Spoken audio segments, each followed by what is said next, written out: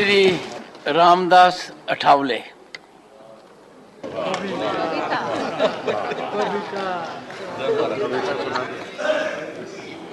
आदरणीय महोदय, मैं तो अन्याय के खिलाफ लड़ा हूं। मैं तो अन्याय के खिलाफ लड़ा हूं, इसलिए आपको बधाई देने के लिए यहां खड़ा हूं। आपका अनुभव बहुत ही बड़ा है। आपका अनुभव बहुत ही बड़ा है, इसलिए आपने संघर्ष का पहाड़ चढ़ा है। मेरे पार्टी का मैं हूं अकेला। मेरे पार्टी का मैं हूं अकेला, लेकिन मेरे हाथ में है संविधान का पेला। मैं हूं मेरे पार्टी का अकेला, लेकिन मेरे हाथ में है संविधान का पेला। मैं तो हूं आपका सच्चा चेला। मैं तो हूं आपका सच्चा चेला, मुझे मत छोड़ो अकेला।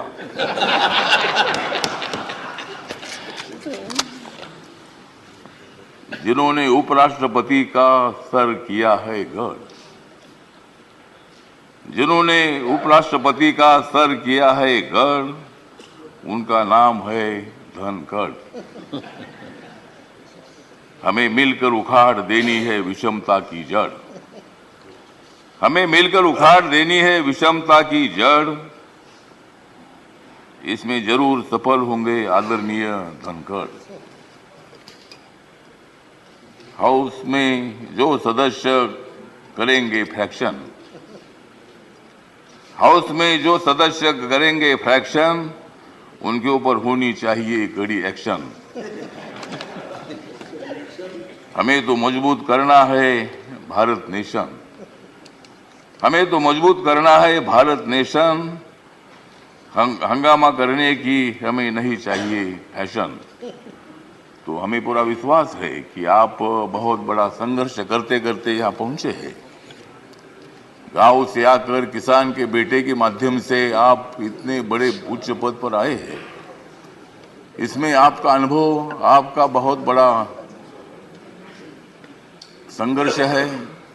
बहुत बड़ा काम आपने किया है। आपने पश्चिम बंगाल में गवर्नर का जो काम किया है, बहुत बड़ा वहाँ चैलेंज था।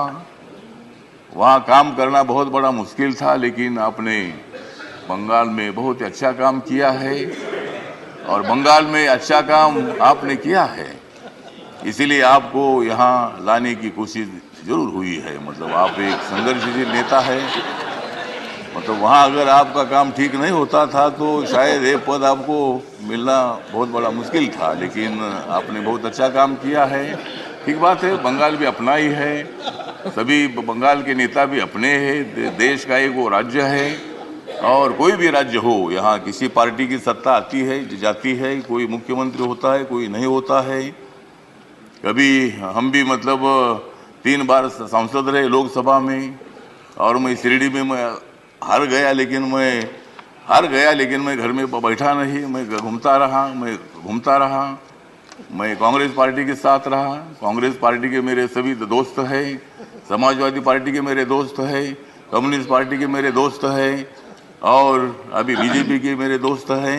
मैं सब बीजेपी के साथ मैं आया हूँ और भारतीय जनता पार्टी के साथ मैं इसलिए आया हूँ कि मुझे शिरडी में हारा गया। मुझे मंत्री ने बनाया, फिर मैं उधर क्या करूं।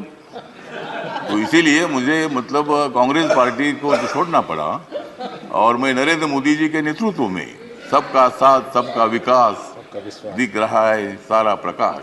मतलब ये जो प्रकाश दिख रहा है, तो नरेंद्र मोदी जी के नेतृत्व में मैंने निर्णय ले लिया कि मैं बाबा साहब अम्बेडकर जी का अनुयायी हूँ। बाबा साहब अम्बेडकर जी ने सत्ता में आना चाहिए बताया है। मेरी अकेली पार्टी सत्ता में नहीं आ सकती है, किसी के साथ मिलकर ही सत्ता में आ सकता हूं। और मेरे पार्टी का मुझे लोग पूछते हैं कि तुम्हारा पार्टी का एक भी लोकसभा में मेंबर नहीं है, तो भी आप मंत्री कैसे हैं। तो मैंने बोला माननीय नरेंद्र मोदी जी को जाकर पूछो, मतलब मैं कैसा मंत्री हूँ। मतलब मैं अकेला हूँ, लेकिन मेरे पार्टी के लोग पूरे देश भर में है।